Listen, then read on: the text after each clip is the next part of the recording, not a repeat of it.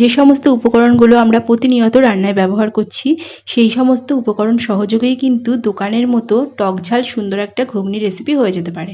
Hello বন্ধুরা, কেমন আছো সবাই? আমি সুপর্ণা আবারও একটা নতুন রেসিপিতে তোমাদের সকলকে স্বাগত জানাই। আজকে আমি তোমাদের সাথে শেয়ার করব একেবারে ঘরোয়া উপকরণ দিয়েই ঠিক দোকানের মতো পারফেক্ট ঘুগনি রেসিপি। তাহলে চলো রেসিপিটা দেখে নিই। ঘুগনি বানানোর জন্য মটরটা সারা রাত ভিজিয়ে রেখেছিলাম। এরপর 4 থেকে 5টা সিটি দিয়ে নিয়েছি। এদিকে ছোট ছোট করে আলু কেটে রেখেছি। আর একটা মশলা এবার বানিয়ে নেব। এই জন্য মিক্সার জারের মধ্যে নিয়ে নিয়েছি 5-6 কোয়া রসুন, কিছুটা কাঁচা লঙ্কা আর একটা মিডিয়াম সাইজের পেঁয়াজ কুচি করে নিয়েছি।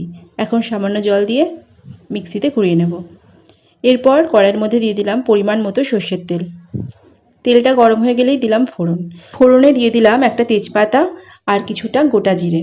ফোড়নটা একটু ভাজা ভাজা হয়ে গেলেই সাথে সাথে দিয়ে দিলাম আরও একটা মিডিয়াম সাইজের পেঁয়াজ কুচি। এখন পেঁয়াজটাকে একটু রং ধরে আসা পর্যন্ত ভেজে নেব। আমি দুটো মিডিয়াম সাইজের পেঁয়াজ নিয়েছি, একটা পেস্ট করে নিয়েছি আর একটা একটু ভেজে নিলাম। এরপর আলুগুলোকে দিয়ে দিলাম। এরপর নুন দিয়ে আলুটাকে ভালো করে একটু লাল লাল রং ধরে আসা পর্যন্ত ভেজে নেব।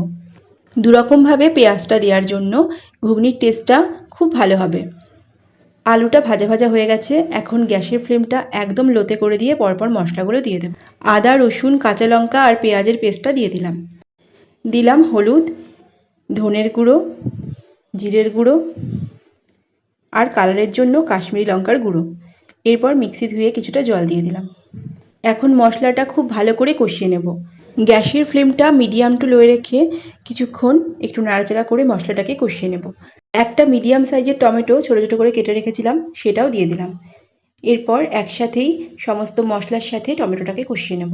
টমেটোর পেস্ট না দিয়ে এইভাবে ছোটো ছোটো করে টমেটোটা দিলে আরও বেশি ভালো লাগে। এরপর ঢাকা দিয়ে মশলাটাকে সম্পূর্ণভাবে কষিয়ে নিলাম।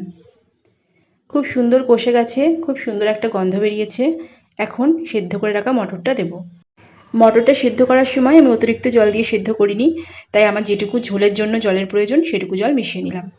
জলটা আমি নর্মাল জল ব্যবহার করেছি, উষ্ণ গরম জল ব্যবহার করিনি। এরপর ভালো করে সব কিছু মিশিয়ে নেব।